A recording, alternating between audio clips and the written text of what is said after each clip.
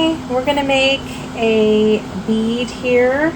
We're gonna make a murrini bead, and it's the Candy Jacks. So what I start out with is a mandrel and a rod of a good clear. It doesn't really matter for the base, but you can use Lausha or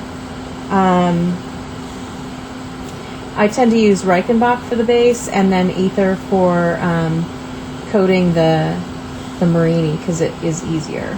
So that's what I use. But this one I'm just going to do all Aether because it's just easier for demonstrating. So just build up a spacer bead as big as you want. I usually make it just like a normal 6 millimeter by 10 millimeter maybe spacer bead, and we're going to put 3 dots. I don't know if you can see that. We're going to put 3 dots of clear on the spacer bead. 1, 2, and 3. This really just gives you some place to aim your murrini.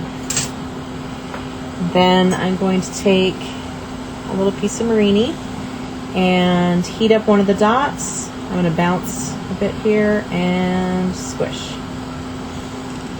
And just heat up the top of the murrini a little bit. Not a whole bunch, just enough to melt it rounded a little bit. And then we move on to the next one. And heat it up and squish in. And what you're going to do is just push it down a little bit with your tweezers after you get it placed. It just makes it a little easier to encase the whole thing. And then number 3 is right there. Squish, tap, tap.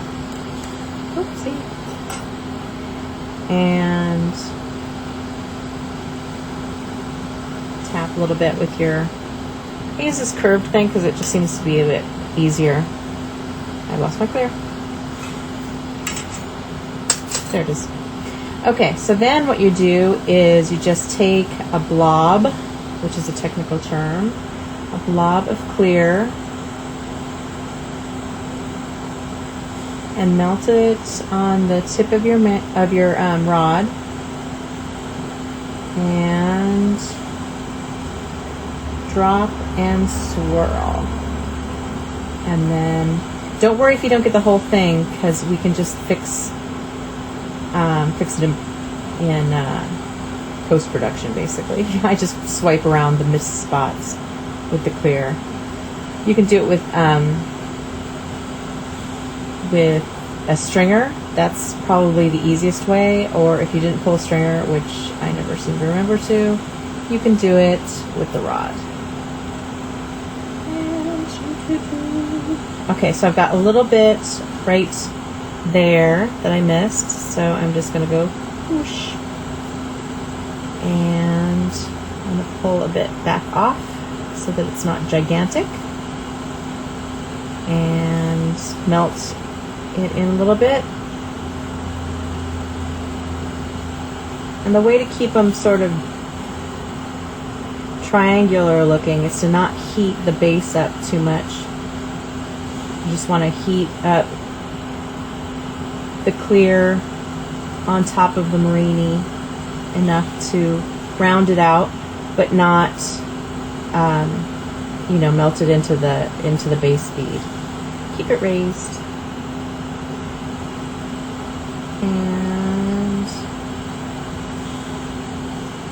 well, it's a typical demo bead. It's a little misshapen, but gives the basic idea. So anyway, there it is. Hopefully you can see that. And the murrini is encased in the clear. And just put it in the kiln.